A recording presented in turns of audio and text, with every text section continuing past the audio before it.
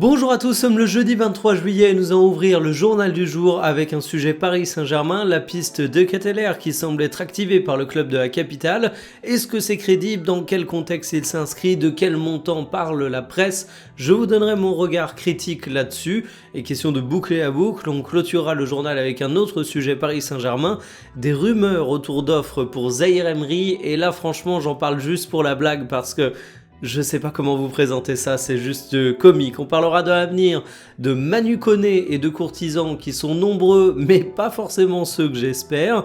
On parlera de Mathis Sabline, un véritable braquage en termes de vente du côté du FC Nantes. Et j'aurai un petit mea culpa à faire, je dois bien vous l'avouer. Et puis on parlera de Mbappé qui se retrouve dans l'actualité pour une récompense absolument phénoménale. C'est pas tout frais, mais je savais pas trop quand le caser. J'avais quand même envie d'en parler parce que derrière la news à la con, parce que c'est ça, disons-le clairement, il y a quand même un truc plutôt intéressant à commenter, je trouve.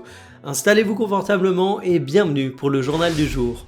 Le plan B du PSG est belge, il s'agit de Charles De Ketelaere qui évolue à l'Atalanta depuis 2023, d'abord en prêt puis désormais sous contrat. C'est un international, le club italien en voudrait 50 millions d'euros, mais attention, pour de très nombreuses raisons, on est très loin de considérer ça comme étant un transfert qui est fait du côté de Paris. Le premier élément à mettre en avant, c'est que c'est pas la priorité du PSG. La priorité du PSG, elle est française, on le connaît, c'est Magnès Akliouche. L'AS Monaco est assez gourmand sur ce dossier, mais ça reste de très loin le plus avancé.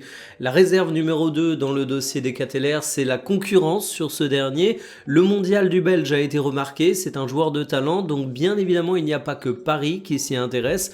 Et puis le troisième point, c'est tout simplement le fait que pour un plan B, eh bien, il est drôlement onéreux des Ketelaere. On sait que son club en demande beaucoup d'argent, et finalement, on demande autant d'argent que ce que coûterait le plan A du Paris Saint-Germain. Si on regarde sa valorisation sur Transfermarkt, c'est 35 millions d'euros, il a 25 ans, il est sous contrat jusqu'en 2028. Ça reste quand même un joueur qui a échoué au Milan à l'époque, donc ça peut être évalué comme étant une demande un petit peu gourmande.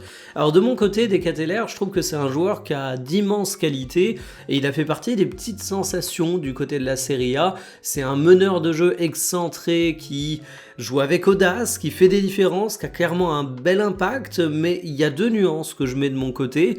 Il marque peu, même si avec la Belgique c'est mieux. Il a du déchet et ça peut être difficile à faire accepter dans un club comme le Paris Saint-Germain, parce que quand tu es un joueur créatif qui a du déchet, c'est accepté si tu es un joueur dominant dans ton équipe, mais s'il vient au PSG, ce sera évidemment pas la star, donc ce serait peut-être davantage un gros joueur d'un club un peu moins ambitieux que le Paris Saint-Germain. Et puis la dernière nuance que je vais moi-même nuancer, oui j'en suis rendu à nuancer mes nuances, c'est que ces stats physiques sur la saison vous donnent le portrait d'un joueur qui court relativement peu, mais attention, il y a un biais tactique. Si on regarde par exemple ce que De Ketelaere faisait en 2023 avec un Atalanta qui jouait pas exactement pareil, avec un rôle dans l'animation de l'équipe qui était pas le même non plus, bah tu te rendais compte que physiquement il était parfaitement au niveau, donc c'est pas une question de plafond de verre de potentiel physique, plus de comment tu joues en Serie A et de ce que tu lui demandes au cours d'une rencontre. Je trouve que c'est une piste intéressante, on en reparlera, mais à voir si le PSG est la meilleure destination pour lui aussi. Manu Koné intéresse Al Ahly du côté de la Saudi Pro League et je vais vraiment le dire comme je le pense, ce serait une catastrophe pour le football français parce qu'au bout d'un moment, il faut arrêter la Zumba sur le niveau de la Saudi Pro League qui serait pas si catastrophique que ça. L'argument que les grands défenseurs de la SPL avancent, c'est regardez à la Coupe du Monde, il y a des joueurs qui sont en Saudi Pro League et s'ils sont quand même appelés. Vous avez vu leur niveau ? Ils sont tous catastrophiques. En fait, le problème, c'est que les gens, ils regardent pas la Saudi Pro League. Moi, je me la tape. Et je le dis avec colère parce que je passe pas des bons moments à regarder la Saudi Pro League pour me faire un vrai avis sur le championnat. Et quand on a un vrai avis sur le championnat, on sait que oui, il y a 2-3 équipes vraiment intéressantes en Saudi Pro League. Mais c'est pas ça qui fait le niveau d'un championnat. Ce qui fait le niveau d'un championnat, c'est le ventre mou, c'est les équipes de bas de tableau. Et le ventre mou en Arabie Saoudite, il vaut même pas un pauvre club de Ligue 2. Je parle même pas de l'élite de Ligue 2, je parle d'un club moyen de Ligue 2, ça vaut même pas ça. Regardez Théo Hernandez, vous regardez pas la Saudi Pro League, ok, mais Théo Hernandez vous le connaissez, il est français, vous l'avez vu avec l'équipe de France, il était catastrophique. Et pourtant, Théo Hernandez, il se balade en Saudi Pro League, alors qu'il a débarqué en étant complètement cramé, même à l'époque du Milan avant son départ, c'était catastrophique. Donc si Manu Koné va en Saudi Pro League, il sera toujours appelé, j'en doute pas une seconde, mais il évoluera dans un championnat où la compétitivité est minable, donc ce sera pas aider son football. Alors heureusement, pour me détendre un petit peu, il n'y a pas que la Saudi Pro League qui est sur Manu Koné. On annonçait un intérêt de la part de Manchester United, un peu plus tôt dans la saison on parlait de l'Inter Milan, et finalement vu que la Roma a besoin de vendre, ça attire beaucoup de convoitises et tu sais que pas mal de clubs de Première Ligue sont également à l'affût pour voir s'il y a moyen de faire un transfert. Alors Manu Koné, je suis pas en train de vous faire de lui le nouveau Zinedine Zidane. Il n'a pas le niveau pour jouer au Barça, il n'a pas le niveau pour jouer au Bayern, il n'a pas le niveau pour être titulaire au Paris Saint-Germain, ça c'est clair et net. Reste que c'est un joueur que je trouve relativement intéressant, qui a un profil qui est assez adapté à ce dont on a besoin en équipe de France la majorité du temps, qui fait un bon mondial, qui déçoit rarement avec les Bleus. Donc oui, Manu Koné, c'est pas Pedri Prime, c'est pas Rodri, mais pour autant ça reste un joueur où je vais être très curieux de voir sa destination, parce que ça va être important, et c'est vraiment un bon joueur. 30 millions d'euros pour Mathis Ablin, c'est une dinguerie. Alors évidemment, vous trouverez quelques gros cerveaux pour vous dire que c'est parfaitement normal, le marché des neufs, il est complètement dérégulé, donc 30 millions d'euros pour Mathis Ablin, moi je l'ai vu venir. C'est des conneries. Alors oui, le marché des neufs, il est complètement dérégulé, mais il n'est pas dérégulé depuis 12 mois. Et justement, si tu reviens 12 mois en arrière, eh bien on traitait tous Valdemar Kita de fou parce qu'il voulait justement des offres aux alentours de 30 millions d'euros pour Mathis Ablin. J'étais le premier à dire que Kita n'aurait jamais ces offres, donc gigantesque mea culpa, mais franchement en tant que supporter nantais, j'ai envie de dire merci à l'AS Monaco. Car oui, c'est bien un autre club français qui pose 30 millions d'euros sur Ablin, ce sont les Monégasques, et c'est d'autant plus fort qu'en fait le FC Nantes est dans une situation pire que jamais pour être dur en négociation. Tu descends en Ligue 2, tu sais que tu dois dégraisser, tu dois diminuer ta masse salariale, t'es en position de faiblesse, tout le monde sait que t'es pas un géant qui peut négocier en étant extrêmement ferme. Et malgré tout, tu fais partir Mathis Ablin pour 30 millions d'euros. Alors, je vais vous montrer les stats d'Ablin, mais je tiens quand même à dire que c'est un joueur que j'apprécie plutôt, Mathis Ablin. Et les stats que vous voyez, elles sont très cruelles. Ça donne l'impression que c'est un joueur vraiment totalement moyen, mais en réalité, il évolue à Nantes, qui est un club qui n'a pas eu une grande réussite offensive, donc c'était pas simple de stater dans ce contexte. En plus de ça, il a eu une sorte de transfert avorté au Paris FC l'été dernier, donc il a mis du temps à rentrer dans sa saison, donc en réalité, Mathis Ablin, il est quand même meilleur que ce que laissent présumer ses statistiques. Mais dans le même temps, Ablin, il a quand même un âge où tu devines quel genre de joueur il va devenir. Il pourra encore progresser, mais s'il progresse bien, ce sera un très bon joueur de Ligue 1. S'il progresse de manière décevante, ce sera un bon joueur de Ligue 1. Je suis même pas sûr que pour un club qui vise le podium du championnat français, Mathis Ablin soit véritablement une valeur sûre. Donc 30 millions d'euros, je suis assez surpris.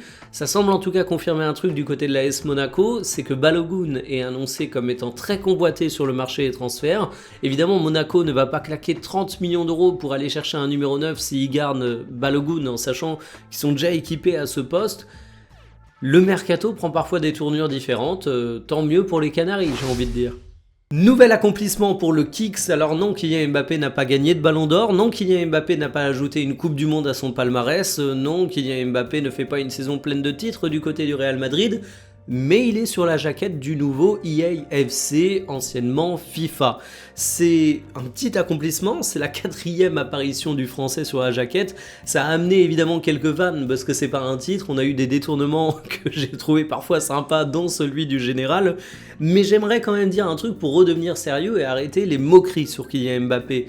C'est que cette jaquette, elle n'est pas non plus anodine. Ça vous montre ce que représente dans le football mondial Kylian Mbappé.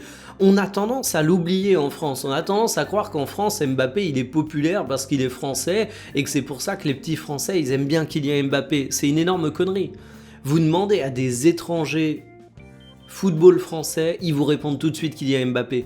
On l'a vu d'ailleurs avec la Coupe du Monde 2026, qui était acclamé, reconnu, pris en photo dans la rue. C'était pas Ousmane Dembélé, alors que Dembélé, il a un ballon d'or, il sort de 2 saisons exceptionnelles.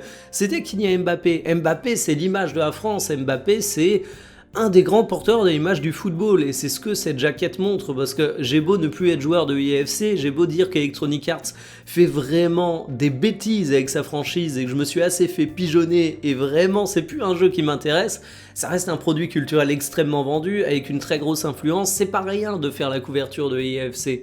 Et Kylian Mbappé représente ça. Donc oui, Kylian Mbappé, c'est pas un joueur qui est en réussite en ce moment en termes de titres collectifs, mais ça reste un monument du football, n'ayons pas peur des mots. J'espère que ce sera un peu moins de strass et de paillettes pour lui à l'avenir, un peu plus de titres collectifs. Il mériterait, parce qu'il fait quand même une grande Coupe du Monde, je le rappelle. Mais en tout cas, bon, on va dire que c'est un lot de consolation, cette jaquette de jeu vidéo. Manchester United serait prêt à poser 60 millions d'euros pour Zaïre Emery. Non mais qu'est-ce que vous voulez que je vous dise? Moi j'ai appelé Ferrari pour leur dire que j'étais prêt à poser 500 euros sur une F80, mais au bout d'un moment on n'en fait pas des articles. Alors je vais vous en parler, parce que c'est Sky Sports qui en parle, c'est relayé par la presse française, mais c'est absolument grotesque. C'est même insultant pour Zaïre Emery et le PSG. Alors, Transfermarkt nous donne une valorisation de Zaïre Emery à 80 millions d'euros, donc déjà sensiblement supérieure. Je rappelle en plus de ça qu'on a l'habitude de voir des montants de transfert au-dessus la valorisation de Transfermarkt, et il y a plein de points qui font dire que Zaïre Emery il vaut bien plus que ça. Petit point 1, c'est un Titi du Paris Saint-Germain, il y a une valeur symbolique en plus de la valeur objective, il est formé au club, c'est un symbole pour Paris, c'est un élément marketing fort.